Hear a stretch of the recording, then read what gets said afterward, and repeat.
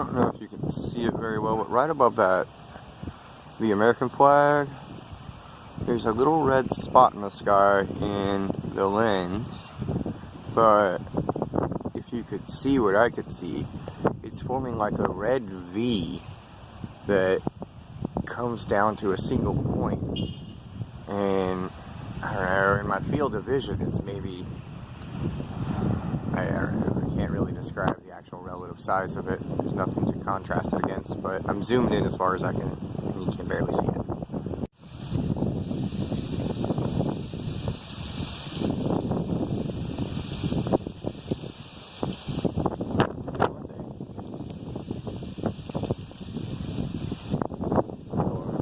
Moonday, as it's been called in the past. As you can see, the moon is about halfway to full and looking quite shining and gorgeous tonight. I decided to go for a change of pace for where to film from today and really just soak in some beauty in my moment of mindfulness.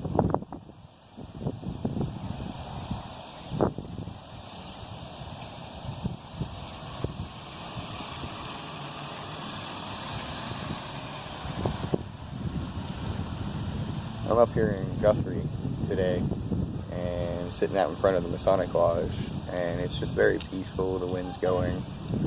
There's a family out hiking around it, and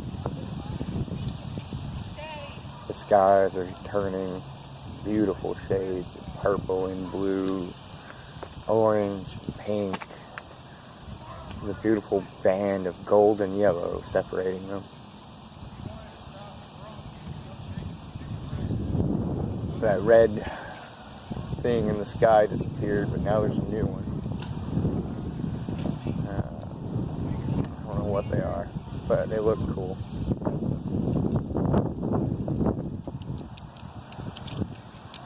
There are an infinite number of reasons to express gratitude in every single day.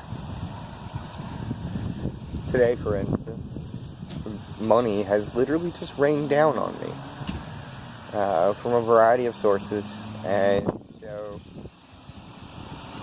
right as I needed stuff, money arrived, and it just kept arriving, and it has this almost sense that it's not like it's stopping. Like this was just those first couple drops out of the faucet when you kick it on, and that's a beautiful feeling. So I'm thankful for that feeling, shining deeply and just radiating out from my core. It's resting so peacefully in me, this spirit of abundance in all things.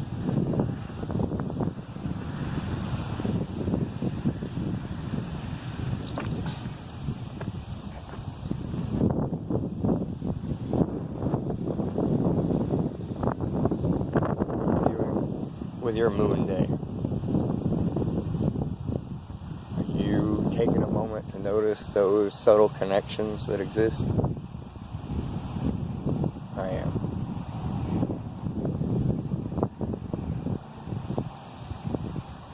So, gratitude number one is a deep, overwhelming love and gratitude for this feeling of everything I need flowing to me with speed. This deep sense of abundance, confidence, surety in who I am and what that naturally produces.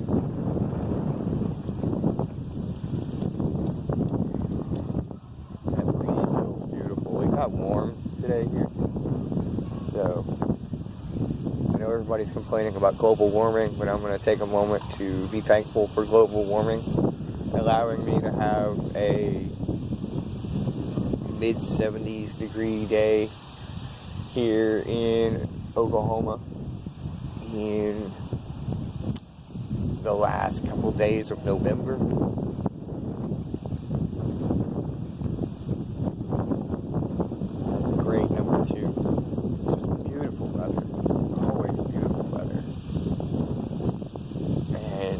beautiful sky.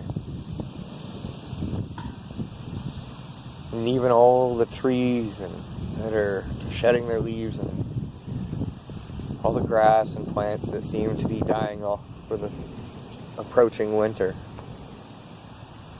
all carries within it this promise of even more beautiful still, always cycling further and further into more and more beauty.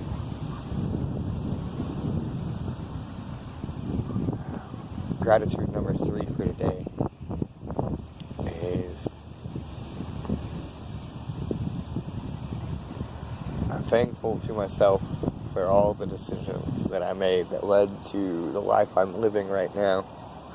I'm thankful to every problem that's ever presented itself, every issue, every heartbreak, every pain, every struggle, every setback, every delay, every unfulfilled wish and desire, because every single one of them built the fire within me that shines so brightly. And so for all of those people who had a hand in it, thank you.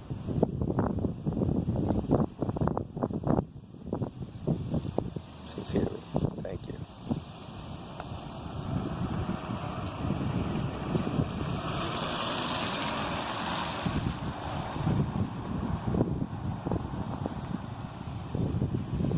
I think I'm making the Masons nervous. I've been sitting here on their front steps for a cool minute.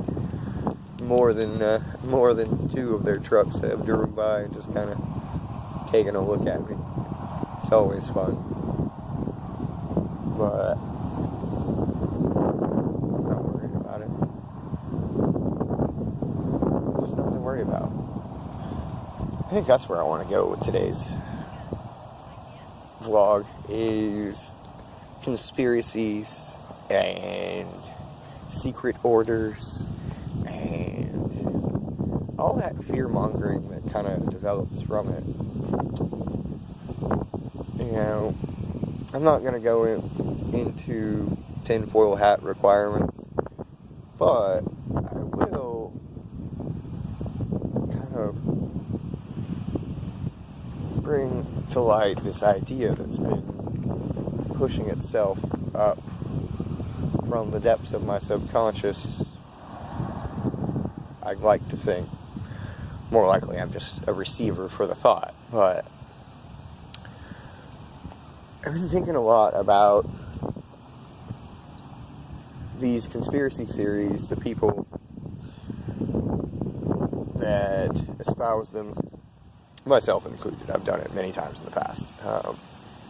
And, you know, archetypally, it always seems to come down to this idea of service to self or service to others, which is, you know, if you're familiar with the law of one, or the raw material is another name for it. He talks a lot about that, and there's lots of other people that talk about it. They talk about the cabal and how they're trying to control this reality and how they're trying to enslave humanity and all this. And I think that ultimately, when you break something down into a duality, you're creating a convenient lie, an easy to accept illusion. Because nothing's ever so simple as black or white. We live in a quantum state at all times. And so, if the 0 and 1 in this equation is service to self or service to others, then the quantum state, the superposition, would be service to all. And I think that is something that is awakening within the consciousness of more than just myself and those that I hang around with. I think that I'm seeing more and more people coming forward with questions, thoughts, and ideas about service to self, service to others, and I'm seeing these age-old conflicts between those two sides of the same coin as accelerating the conflict. And I think that it's doing so for a great purpose. I believe that what I'm seeing happen is, as this agitation between the two modes flips back and forth, cycles back and forth faster and faster, eventually a rate of phase shift occurs, frequency occurs, to where superposition is achieved, where at least at the vibratory rate of this reality that we are projected into at this moment, that you would exceed the vibratory rate of this reality, and so would effectively be in superposition, even though you were not actually in a true state of superposition. You were just farther along that spiral or curve, such that every time it appears as though you're approaching the event horizon, you cross over it only to find that the spiral continues on. Further and further, upward, outward, growing greater and greater with each moment. Much like us and all life, all of creation. And that's why I believe that the true superposition is service to all that is. It's already perfect exactly how it is. Without your opinion, without your effort, you don't have to do anything. You don't have to shine the sun. You don't have to tell the moon to change faces. It does it all on its own. I don't think that we're here to fix anything. I think that we're here to experience it in the greatest expression that we possibly can. And I think that we're already doing that. I think it's beautiful. And I'm just so happy and grateful to see others waking up to that idea as well. Others joining in the celebration that life is and inviting others to dance with them. And that's one of the most beautiful things that I think the moon is subtly calling to us all the time. So I hope you hear the call of the moon today. And I hope you know that you are so deeply loved. Thank you for being here. Have a great night.